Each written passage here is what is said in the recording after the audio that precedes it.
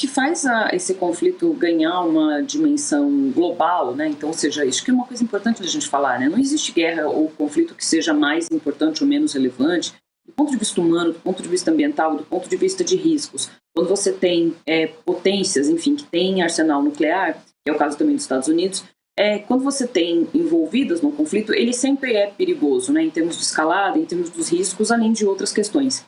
Mas o fato é que esse conflito especificamente, ele ganha um outro contorno, porque com o fechamento do Estreito de Hormuz, a gente sabe, né, a gente já tem falado aqui, que passa 20% do petróleo mundial pelo Estreito de Hormuz, mas não passa só petróleo, né? O fluxo marítimo passa remédio, passa coisas que são básicas, inclusive para a produção de alimentos, como fertilizantes, passa tudo, né? Então, no final das contas, passa até produtos prontos, né? Como, por exemplo, carros, né? Então, no final das contas, o que acontece é que a gente está falando de um fechamento do fluxo marítimo global, né? Então, isso também ajuda a gente a explicar, ajuda a gente a entender porque o interesse da China nessa negociação, né? Porque há o interesse da China, de uma certa forma, de falar, né? Usar um pouco o Paquistão como proxy para a tentativa de resolução desse conflito.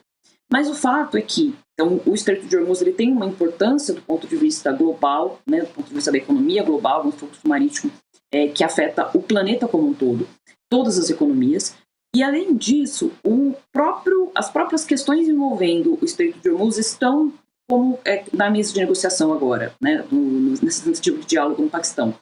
Por quê? Porque o Irã pede reparação, né, pelos ataques que sofreu, então pede, enfim, basicamente dinheiro para conseguir reconstruir o país. Mas também tem pedido uma espécie de pedágio, né? Enfim, países e qualquer embarcação pagaria uma espécie de taxa, né? Ao atravessar o Estreito de Hormuz. E aí, claro, os Estados Unidos é contrário a isso, né? Mas essa é uma das questões. Então, o Estreito de Hormuz tem uma relevância do ponto de vista geográfico para a economia global e o próprio, digamos, funcionamento do Estreito de Hormuz está em questão na negociação. Especificamente essa matéria do New York Times, eu acho que vale a gente entender o seguinte. A matéria do New York Times ouviu autoridades dos Estados Unidos, que, claro, tem uma perspectiva, tem um interesse em relação à construção dessa narrativa, e é o que o Trump tem feito. A meu ver, isso não significa, claro, o Irã tem, sim, essas minas marítimas, mas os Estados Unidos, a meu ver, está tentando passar um recado, e acho que o governo Trump está tentando passar um recado, que é o seguinte. Os Estados Unidos está sendo pressionado para a reabertura do Estreito de Hormuz, inclusive internamente. E é quase como se eles passassem, a meu ver, um recado que a gente não pode fazer nada porque existem minas, o campo está minado, né, são minas que estão no oceano e que vão atingir qualquer embarcação. Então, o que eles estão dizendo é o seguinte, não há poderio militar que possa, de uma certa maneira, pela força bruta, reabrir o Estreito de Hormuz, porque essas minas podem ser acionadas. E aí, o que eles estão dizendo? Nem o Irã sabe onde estão. Eu tenho bastante dúvidas se essa informação, ou seja, Minas está correto, mas se de fato essa dimensão de que o Irã não tem controle sobre essas minas, como os Estados Unidos está colocada, se ela procede. Porque essa narrativa de que não tem o controle dessas minas é uma narrativa que beneficia os Estados Unidos, né? Porque é quase como dizer, a gente está entrando, vai entrar às cegas, então não há o que fazer, né? Enfim, então acho que eu desconfio um pouco da maneira, então, ou seja, não estou desconfiando do New York Times, o New York Times deixa claro que ouviu fontes nos Estados Unidos, mas eu desconfio da maneira como os Estados Unidos está lidando com essa informação, né, tornando pública essa informação.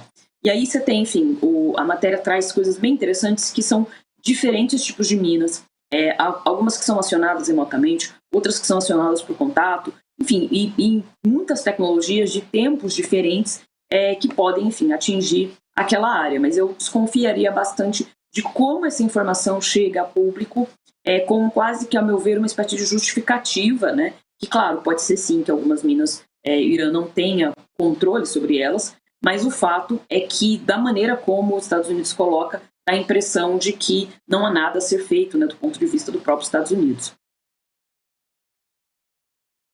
Na esteira de notícias também do fim dessa semana de inflação nos Estados Unidos estourando, alta recorde da gasolina. Como é que a gente entra nesse ponto agora da discussão aqui de Hormuz? Como é que você viu essa notícia?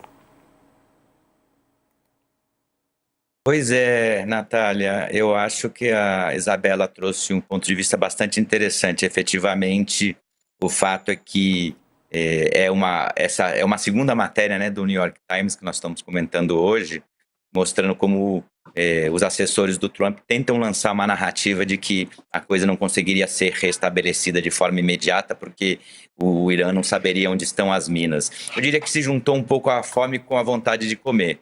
Por um lado, obviamente, é possível que o Irã não consiga ter a certeza de onde estão todas as minas.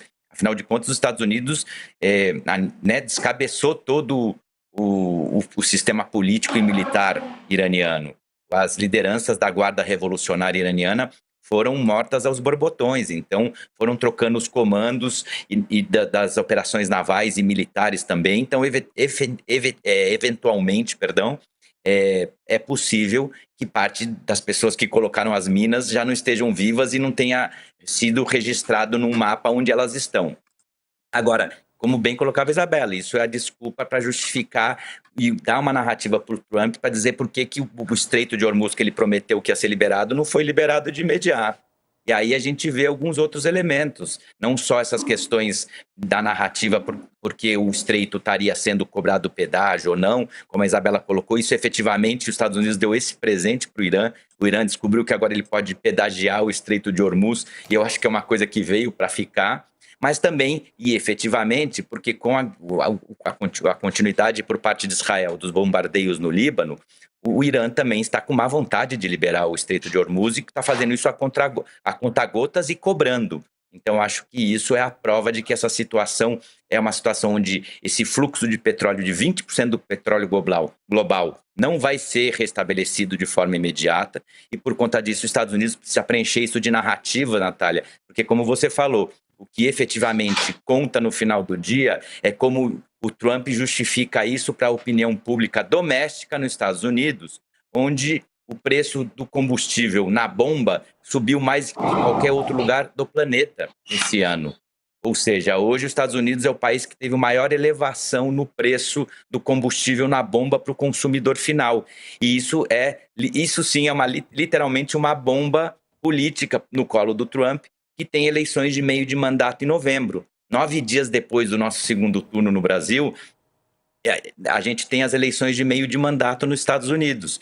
Então, ou seja, em 6 meses nós temos eleições de meio de mandato nos Estados Unidos. E há 6 meses de uma eleição, o Trump está subindo o preço do combustível, que é uma coisa que todo mundo sente. E os Estados Unidos é um país muito dependente do combustível dos seus veículos. A frota é muito grande de veículos nos Estados Unidos. Então, não só a inflação que o aumento do combustível gera na cadeia de produtos por conta do frete, os alimentos, etc., mas o preço na bomba. O que fez, por exemplo, aumentar de forma vertiginosa nos últimos meses a venda de veículos elétricos nos Estados Unidos, que não é uma pauta do agrado especial do Trump. O Trump é muito pró o lobby dos veículos movidos a combustível fóssil. Mas isso é mais um indicador de como essa empreitada trapalhona no Irã está gerando frutos econômicos muito ruins do Trump e, sobretudo, com seu impacto do ponto de vista político, olhando para essas eleições de meio de mandato,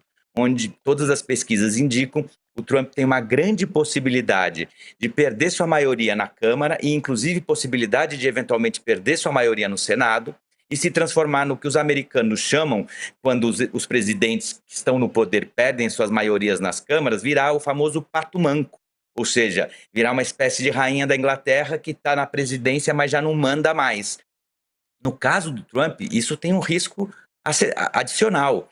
Se ele perder essas maiorias, ele tem uma possibilidade tremenda de sofrer um processo de impeachment por conta de todas as barbaridades que ele vem cometendo ao longo desses 2 anos. Essas guerras sem consultar o Congresso norte-americano, a imposição de tarifas de forma equivocada, colocando o ICE perseguindo, inclusive, cidadãos americanos e levando alguns a óbito, tentando pressionar veículos de comunicação, por não falar, Natália, de um tema que tem passado batido, mas é a utilização de inside informations por parte da administração Trump para eventualmente ganhar bilhões de dólares especulando na bolsa de valores, nessas casas de aposta. A gente tem visto né, questões de insights informations, de decisões que o governo Trump vai tomar, que de repente tem pessoas sozinhas ganhando bilhões por ter feito uma aposta na Bolsa de Valores antes de um anúncio de uma medida do governo. Isso tudo investigado pode levar o Trump a uma situação muito ruim.